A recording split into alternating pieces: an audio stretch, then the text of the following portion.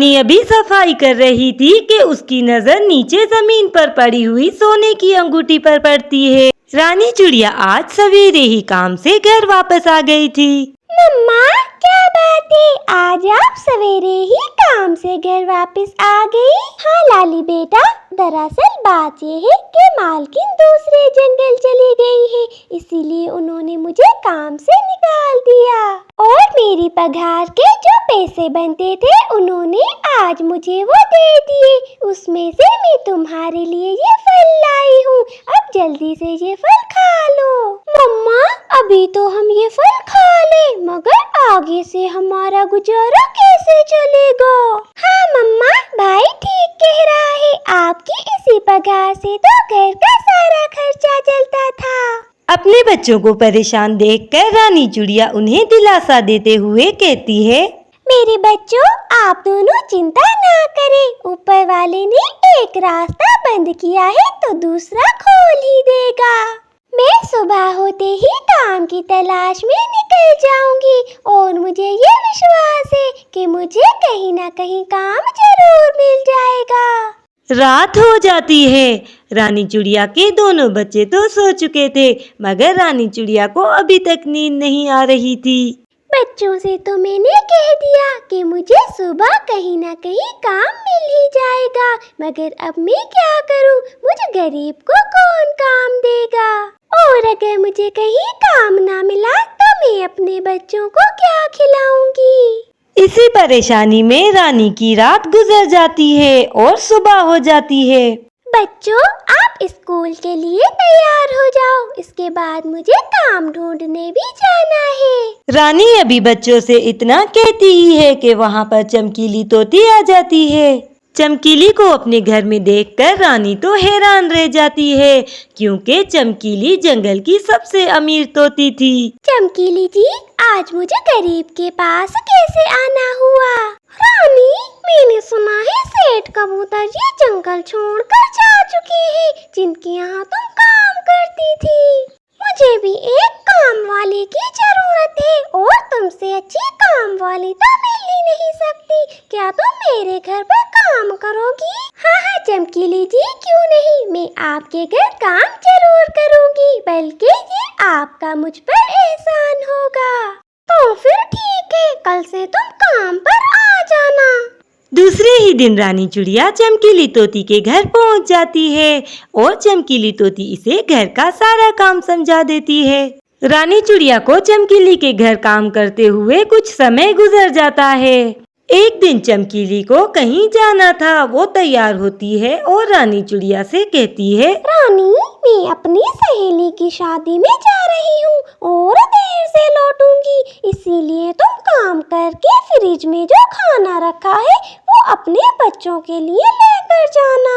आपका बहुत बहुत धन्यवाद मालकिन, आप बहुत अच्छी है और मेरा बहुत ख्याल रखती है। बस अब मैं भी काम खत्म करके जा रही हूँ। इसके बाद चमकीली तोती वहाँ से चली जाती है। रानी अभी सफाई कर रही थी कि उसकी नजर नीचे जमीन पर पड़ी हुई सोने की अंगूठी पर पड़ती है। अरे ये अंगूठी, अच्छा, जब मालकिन तैयार हो रही थी तो शायद ये अंगूठी उनसे नीचे गिर गई। इसके बाद रानी चिड़िया वो सोने की अंगूठी जमीन से उठा लेती है। ऐसा करती हूँ, ये अंगूठी इधर ही रख देती हूँ, जब मालकिन आएंगी तो अपनी अंगूठी वो उठा लेंगी, वैसे भी मुझे देर हो रही है। अंगूठी रखने के बाद रानी चिड़िया वहाँ से चली जाती है, मगर रानी चिड़िया ये नहीं जानती थी कि उसे कल्लो कौवी खिड़की से अंगूठी रखते हुए देख रही थी। अरे वाह, ये अंगूठी तो बहुत कीमती लग रही है, अब ये अंगूठी चुराऊंगी मैं और इल्जाम लगेगा रानी पे। इसके बाद कल्लो कौवी खिड़की से कमरे में आ जाती है। चलो कल्लो, जल्दी कर, कहीं तुम्हें ये रानी या चमकीली देख ना ले, ऐसा ना हो तुम्हारा सारा प्लेन ही धरा का धरा रह जाए। इसके बाद कल्लो कौवी बड़े ही आराम से वो अंगूठी वहाँ से चुरा कर चली जाती है। कालू बड़े मजे से सेब खा रहा था कि कल्लो इसे वो अंगूठी दिखाती है। कालू जी, ये देखें, ये अंगूठी कितनी कीमती है और इसे अभी जाकर सुनार के पास बेच जाए ताकि मैं खूब शॉपिंग करके आऊं। मगर कल्लो, ये अंगूठी तुम्हारी तो नहीं। इतनी कीमती अंगूठी तुम कहाँ से लाई? क्या फिर से कहीं से चुरा कर लाई हो? कालू जी, ये अंगूठी मुझे मेरी माँ ने दी है। क्या मैं आपको शक्ल से चोर लगती हूँ? हा हा हा हा हा हा। तुम्हारी माँ ने तो तुम्हें दहेज में भी फूटी कौड़ी तक ना दी थी, तो वो अब तुम्हें सोने की अंगूठी कैसे देगी? कालू जी, अब छोड़े भी। आप तो हमेशा मेरी माँ के पीछे ही पड़े रहते हैं। अब जाकर बाजार में ये अंगूठी बेच आए, वरना मैं खुद ही चली जाती हूँ। अच्छा ठीक है, मैं चला जाता हूँ। तुम नाराज क्यों होती हो? रोज की तरह रानी घर की सफाई कर रही थी कि वहाँ पर चमकीली तोती अपने पति के साथ आ जाती है। रानी, कल जब मैं शादी पर जा रही थी तो मैं अपनी कीमती गोल्ड की रिंग भूल गई। क्या तुमने वो गोल्ड की रिंग कहीं देखी है? वो बहुत कीमती थी। चमकीली की बात सुनकर रानी को वो सोने की अंगूठी याद आ जाती है। हाँ मालकिन, कल जब मैं सफाई कर रही थी तो मुझे आपकी अंगूठी मिली थी। मैंने उसे उठाकर इस टेबल पर रख दिया था ताकि जब आप घर वापस आए तो इस टेबल से अंगूठी उठा ले। क्या आपने वो अंगूठी नहीं उठाई? नहीं रानी, मुझे कोई अंगूठी नहीं मिली। अगर तुम्हें वो अंगूठी मिली थी तो तुम्हें संभाल कर रखनी चाहिए थी। नहीं चमकीली, तुम्हारी अंगूठी गुम नहीं हुई बल्कि चुराई गई है, क्योंकि तुम्हारी अंगूठी इतनी कीमती थी कि किसी की भी नीयत खराब हो सकती है। मुझे तो इस रानी पर ही शक है। नहीं मालकिन, मेरा विश्वास करें, मैंने कभी भी किसी की चोरी नहीं की। और आप तो मेरी मालकिन है, मैं आपकी चोरी कैसे कर सकती हूँ? तुम खुद ही बताओ, अगर घर में से अंगूठी नहीं मिली तो अंगूठी कहाँ जा सकती है? चमकीली अपने पति की बात सुनकर सोच में पड़ जाती है। रानी, मिट्ठू सेठ बिल्कुल ठीक कह रहे हैं। अंगूठी अगर तुमने नहीं ली तो घर में से अंगूठी कहाँ जा सकती है? मालकिन, आप भी मुझ पर शक कर रही है। अब मैं आपको कैसे विश्वास दिलाऊं कि मैं चोर नहीं हूँ?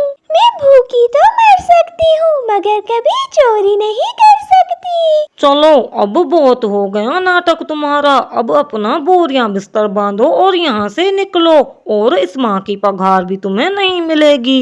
देखिए मालिक, झूठ झूठ और सच सच होता है। एक दिन आपको सच्चाई जरूर पता चलेगी और फिर आपको अपनी बातों का पछतावा जरूर होगा। इसके बाद रानी बेचारी वहाँ से चली जाती है। रानी चिड़िया के वहाँ से चले जाने के बाद चमकीली तोती अपने पति से कहती है, देखिए जी, वो अंगूठी मेरे लिए बहुत खास थी। वो अंगूठी आपने मुझे हमारी शादी पर दी थी। कैसे भी करके मुझे वो अंगूठी वापस ला दे। देखो चमकीली, अब वो अंगूठी तो वापस नहीं आ सकती, मगर मैं तुम्हारे लिए बिल्कुल वैसी ही अंगूठी बनवा कर ला दूंगा।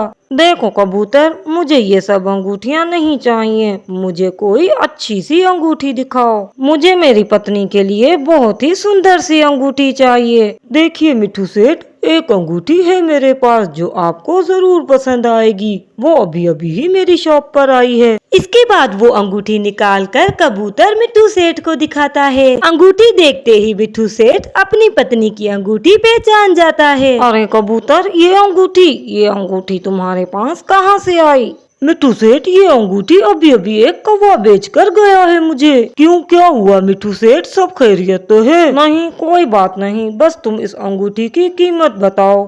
इसके बाद मिट्ठू सेठ वो अंगूठी उस कबूतर से खरीद लेता है। इसका मतलब मिट्टू जी कि हमसे बहुत बड़ी भूल हो गई। रानी तो बहुत अच्छी चिड़िया थी। उसने हमेशा मेरा और हमारे घर का अच्छे से ख्याल रखा। बदले में हमने उसको क्या दिया? हमने उस पर इतना बड़ा बहकान लगा दिया। चमकीली की बातें सुनकर मिट्ठू से कहता है, तुम चिंता ना करो चमकीली, हम दोनों अभी उस रानी के घर चलते हैं और उसे काम पर आने को कहते हैं। मुझे विश्वास है कि वो गरीब चिड़िया जरूर मान जाएगी। इसके बाद चमकीली और मिट्ठू दोनों ही रानी चिड़िया के घर पहुंच जाते हैं। मालकिन, मैं आपसे कितनी बार कहूँ कि मैंने आपकी अंगूठी नहीं चुराई है। अब आप यहाँ पर क्या लेने आई हैं? रानी, मुझे पता चल चुका है कि अंगूठी तुमने नहीं चुराई बल्कि कौओं ने चुराई है और उन कौओं को मिट्ठू जी ने जेल में डलवा दिया है। मैं तुम्हारे पास इसीलिए आई हूँ कि कल से तुम दोबारा काम पर आ जाओ।